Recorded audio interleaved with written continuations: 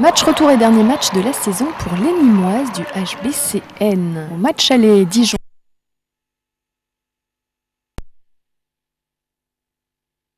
le meilleur d'elle-même dans un esprit de fête. On savait exactement qu'on devait marquer 5 buts pour passer, mais en même temps, nous on l'a pris comme une fête. On s'est dit, nous c'est le dernier match de beaucoup avec cette équipe, donc pour nous c'était la fête. Les consignes, c'était je crois de se faire plaisir pour ce dernier match de la saison avec tous ces départs. Je pense qu'on avait envie de faire un match où tout le monde s'éclate, où tout le monde se régale, et voilà, ça a plutôt bien fonctionné. Pour cette rencontre, il aura fallu jouer sans Julie Goyorani, blessée au genou, et Mariama Signaté, exclue suite à une vive altercation avec Manuel Lee, l'entraîneur du HBCN. Amputées, les Nîmoises ont quand même donné le meilleur d'elles-mêmes. On a montré aujourd'hui que cette équipe a de la valeur, que notre handball il peut être cohérent, qu'on s'y met, qu'on met du cœur et qu'on met de la volonté.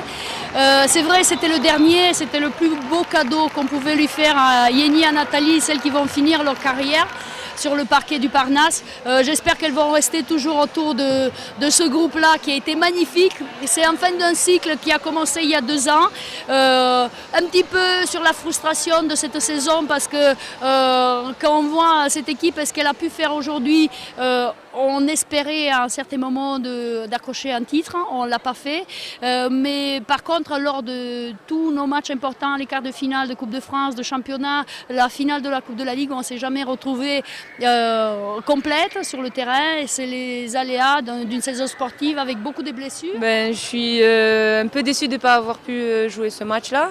Après, je suis contente parce que les filles ont super bien joué, on a gagné, donc ça finit sur que du positif. Ça fait quand même un petit pincement de partir de Nîmes.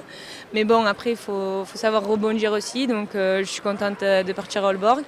Mais je pense que toutes mes coéquipières de Nîmes, les entraîneurs, tout le monde va me manquer aussi. Ça fait un petit moment que je suis ici, donc voilà. Dernier match ensemble pour les filles du HBCN, l'émotion a été palpable. Les sœurs Hansen, Ouba Pérez, qui ont signé dans d'autres clubs, ne seront pas présentes évidemment la saison prochaine. Et l'émotion également du côté des retraités Nathalie Macra et Jenny Florin, auteurs du dernier but marqué.